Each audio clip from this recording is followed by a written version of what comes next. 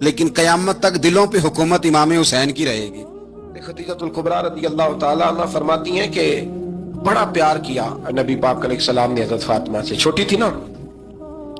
ادھر حضرت عائشہ صدیقہ کہتی ہیں کہ نبی پاک نے بڑی محبت فرمائی. مشکات میں حدیث ہے, کسی نے حضرت فاطمہ زہرا حضرت عائشہ صدیقہ سے پوچھا, سچے باپ کی سچی بیٹی, صدیق کی بیٹی صدیقہ. کسی نے پوچھا کہ عائشہ حضور علیہ السلام کو سب سے زیادہ محبت کس سے تھی؟ تو حضرت عائشہ فرمانے لگی پوچھنے والی بات ہی کوئی نہیں, حضور سب سے زیادہ سیدہ فاطمہ سے پیار کرتے تھے. تو کہا پھر یہ بتائیں کہ مردوں میں حضور کو سب سے زیادہ پیار کس سے تھا؟ فرمایا یہ بھی پوچھنے والی کوئی بات نہیں, فاطمہ کے شوہر مولا علی سے. یہ حضرت عائشہ صدیقہ بیان کرتی ہیں ان کے شوہر سے. اب لوگ نا ترازو لے کے بیٹھے رہتے ہیں اور تولتے رہتے ہیں. پیر سید فیض الحسن شاہ صاحب آل و مہاروی رحمت اللہ علیہ, ان کے پاس بھی ایک بندہ چلا گیا تو اس نے کہا جی بتائیں حضرت عائشہ افضل ہے کہ حضرت فاطمہ؟ تو آپ فرمانے لگے تجھے یہ سوال ہی نہیں کرنا چاہیے تھا.